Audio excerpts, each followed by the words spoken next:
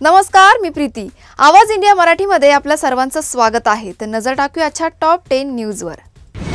राज्यातील नगरपालिका आणि नगरपंचायत निवडणुकीच्या आचारसंहिता लागू होण्यापूर्वी काही तासात सरकारने 220 हून अधिक महत्त्वाचे निर्णय जाहीर केलेत।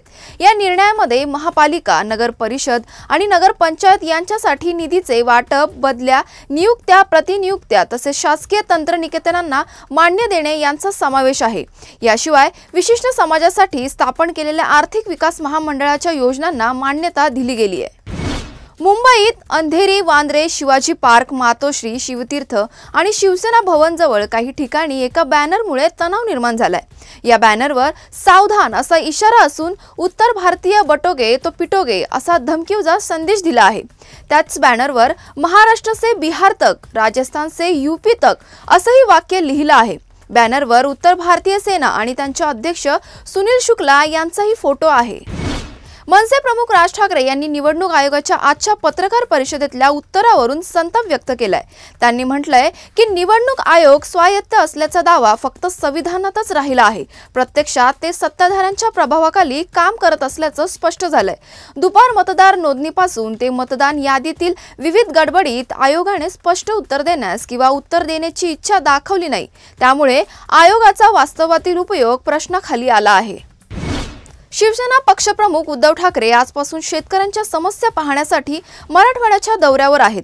उद्धव ठाकरे यांनी सरकारला दगाबाज संबोधून मराठवाड्याच्या दौऱ्याला सुरुवात केली आहे। सरकारने दिलेल्या पॅकेजचं काय झालं असा सवाल करत उद्धव ठाकरे यांनी शिंदे सरकारवर घणाघात केलाय।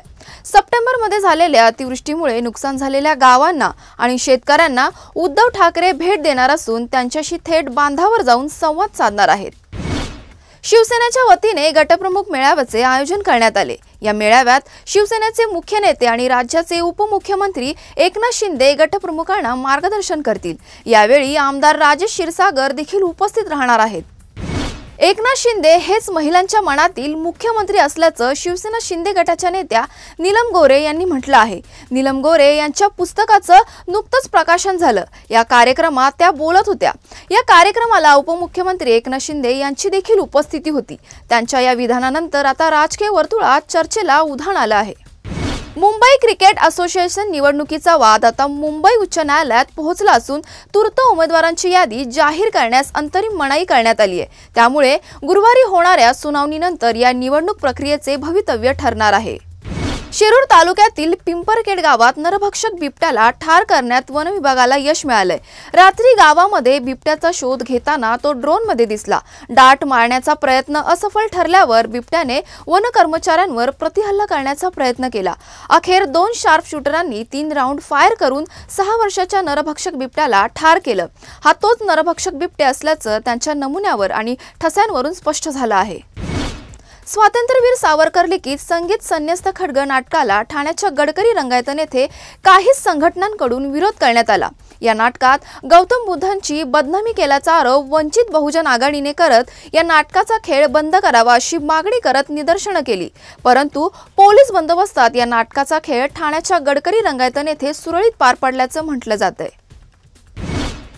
टीम इंडियाचा दिग्गज फलंदाज विराट कोहली आज 37 वर्षाचा झाला। रन मशीन म्हणून ओळखल्या जाणाऱ्या विराटने क्रिकेटच्या सर्व प्रकारांमध्ये आपली छाप सोडली आहे। 5 नोव्हेंबर 1988 रोजी दिल्लीमध्ये जन्मलेला विराट कोहली भारतीय क्रिकेटचा एक महान खेळाडू आहे, ज्याने अनेक महत्त्वाचे विक्रम प्रस्थापित केलेत।